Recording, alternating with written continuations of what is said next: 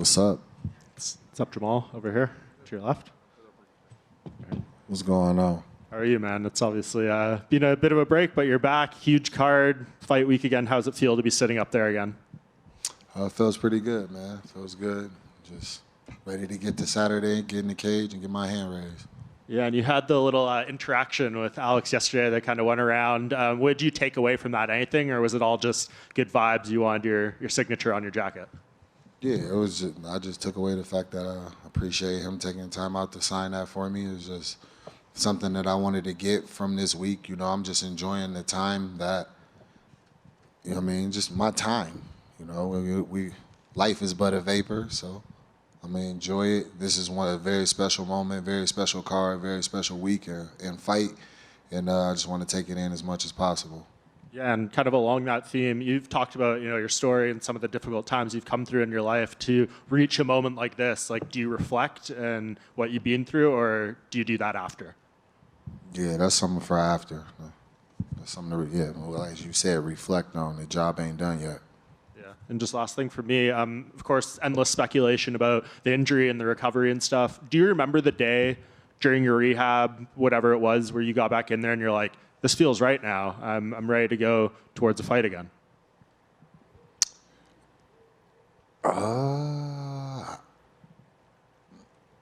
I've been feeling like I was ready to go for a while, but I listened to the team, I listened to the doctors, and so I don't know. I don't really have an answer for that, for the simple fact of I've been ready to go since I got hurt. When you get in the cage on Saturday, is that when you're only going to 100% get that confidence back in it, or is that not even lingering in your mind? What? I don't even know how you even came forward that question from what I just said. What? Fair.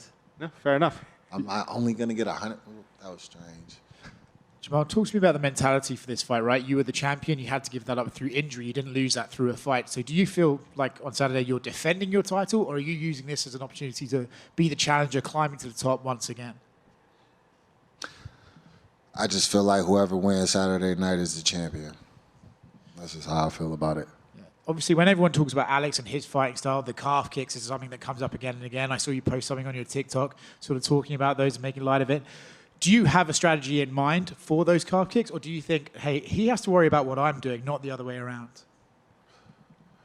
I have a strategy for everything. You know what I mean? You should have a strategy for everything. You shouldn't want to get hit with anything. So, yeah, I plan on dealing with every weapon that he has. Obviously, you got to talk to your friend Israel Adesanya about Alex. How good a resource was that just to be able to call him up and get some tips from him? It's an invaluable resource to just be able to reach out and pick at one of the best minds in combat sports and have him who's had more experience with Alex than I think anybody that Alex has ever fought. So it was good. It was a great conversation. Jamal over here. How's it going? What's up, James? The rest of camp looked like it went really well. I know you train with a variety of different partners. Are there any names that you train with that maybe we don't know about that we should be knowing about in the gym? Yeah, for sure. I'd love to get a shout out to my guy, Big Dog, Brett Martin. Brett Martin has been my secret weapon for my camps since I came into the UFC and since we linked up. He's a heavyweight. He's a big boy. He's another guy who don't get any love just because of his physique and things like that. You know, people talk about my body. Bro's body's pretty tough, but his abilities are unmistakable and they're incredible. They keep me sharp. I'm always able to bounce things off of him and learn with him and grow with him in the gym. You know, whenever he comes in and we're working, we get after it. And he knows me pretty well now, so he's able to actually shape out some other challenges and things like that for me. And yeah, he's been invaluable. I've also worked with a couple of the guys that were local from that fight for the bare knuckle, Mohawk Esteban Rodriguez, and Eric Lozano. Couple of tough, they're tough. Esteban's he's tall, long, rangy, and he fights. And speaking of Michigan, how cool is it having Cody Brundage on this card? You both used to fight for Lights Out Fighting or Lights Out Promotion. Have you spoken to him this week? I haven't seen Cody yet, but yeah, that is actually pretty dope. They asked me who I wouldn't mind being in my locker room. I told them definitely I would like to have Cody Brundage in my locker room. It's special. It's definitely special. Just that for me and him, because he was the last fight before Contender Series. He was on that card. We were on the same card before I joined the UFC. Obviously, I went on Contender Series and ended up getting signed. He went on Contender Series and was later signed. And now both on main card. UFC 300 is wild. So yeah, that is pretty dope. And just last one for me, not looking past Saturday, but do you have kind of like a timeline of like how often you want to fight this year? Is it just about, opportunities and location and all that? Like, how do you sort of determine your schedule after Saturday if all goes well? I haven't looked past Saturday, so I'm just focused, locked in on Saturday. I want to make sure I get the result that I want Saturday, and that's the main focus. Jamal, to your right. I noticed earlier you quoted Ecclesiastes saying that life is but a vapor. During this process from the injury now going into this fight, what do you feel like you've been taught most?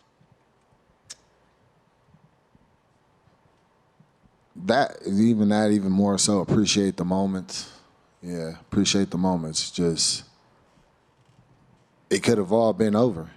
It really could have all been over for me. There are athletes who have suffered this same injury who had to call it a quits on their hopes and their dreams. And I'm fortunate enough to now be in a time and was in a position to where the best medicine available was available to me. And I was able to take advantage of that and use the resources to make my way back and come back in a time that people really just can't seem to believe. So, Thank you. Jamal, Jamal here. What's going on? You already fought and won against 4 Brazilians. Alex Pereira is the 5th, and it's a big name out of Brazil right now. How was the experience to deal once again with the Brazilian audience on social media? The Brazilian audience is different than Alex's audience, so it's been a different experience this time, I'll say. And I would like to know from you, if somebody told you 3 years ago that you would be headlining UFC 300, would you believe that? What would you think at that time? If somebody told me I'd be headlining UFC 300 at the time, I'd believe it. I believe it because I know myself, and I know the belief I've always held in myself. But it would have got me hyped. It would have definitely had me excited. I don't know. I just always planned on being in these moments and being in this situation ever since I was a kid. Like, you can even ask my dad. My dad is here right now, just from the time I was a kid, I just always believed that whatever I did, I was going to be one of the best at it. For a time, it was football. For a time, it was basketball. Whenever I sat in on fighting, I knew I would be here in moments like this, fighting for championships and able to have an opportunity to put myself up there with the greatest names to ever do it. Thank you. I know there's a lot of talk about Alex Pereira's fast rise in MMA coming from the kickboxing team, but it was just in 2019 when you won a Contender Series contract, and this time last year you were originally supposed to fight in a Fight Night headline, and you got the shoulder rest on Fight Global, which you won, became the first Contender Series graduate to do so and become champion. So do you think people are kind of putting to the side your fast rise in this sport and to now ultimately headline UFC 300 as well? I don't know. I don't care. That's not important at all. Like, he's a great fighter. That was his opportunity to show his greatness. His opportunity came fast, and he stepped up to the occasion, and that's good on him, And I feel I've done the same with the opportunities that I've been given. So this is just that next opportunity. Yeah, I was just mentioning because you also went up through a fast rise, but that image when you and Alex were looking at each other after the Glover went around in the lead up to this fight, did you ever imagine that would be the root of such a thing like a UFC 300 main event? No, because it was just a handshake. He was over shaking my corner's hand. I went over and shook his corner's hand. So that's pretty much what that was.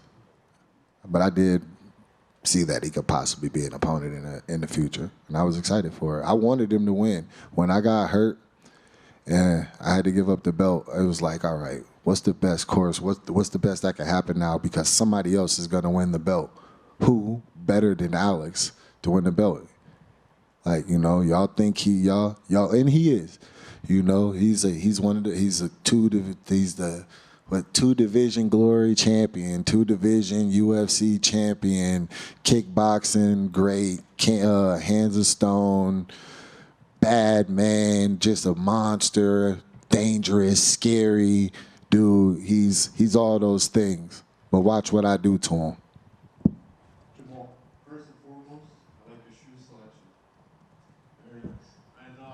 And Wait. You know I tore my Achilles in this the great one. yeah. It was hard for me to put these on today. And is there any truth that, did you go to the same doctor as Aaron Rodgers? Yes.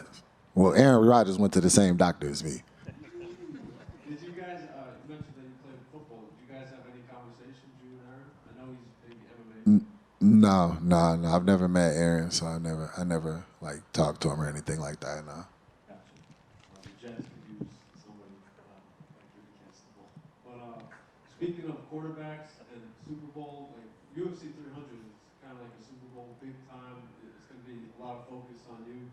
On one of your fights on the walkouts, I heard the commentators talking about your calmness and your coolness. Do you believe that you have that clutch, the attribute, the trait that you can just come through in the biggest moments? Yeah, that's something I just know. I just trust myself. That's one of the biggest things that I hang my hat on is the fact that I know that just naturally I show up. It's who I am. It's what I do.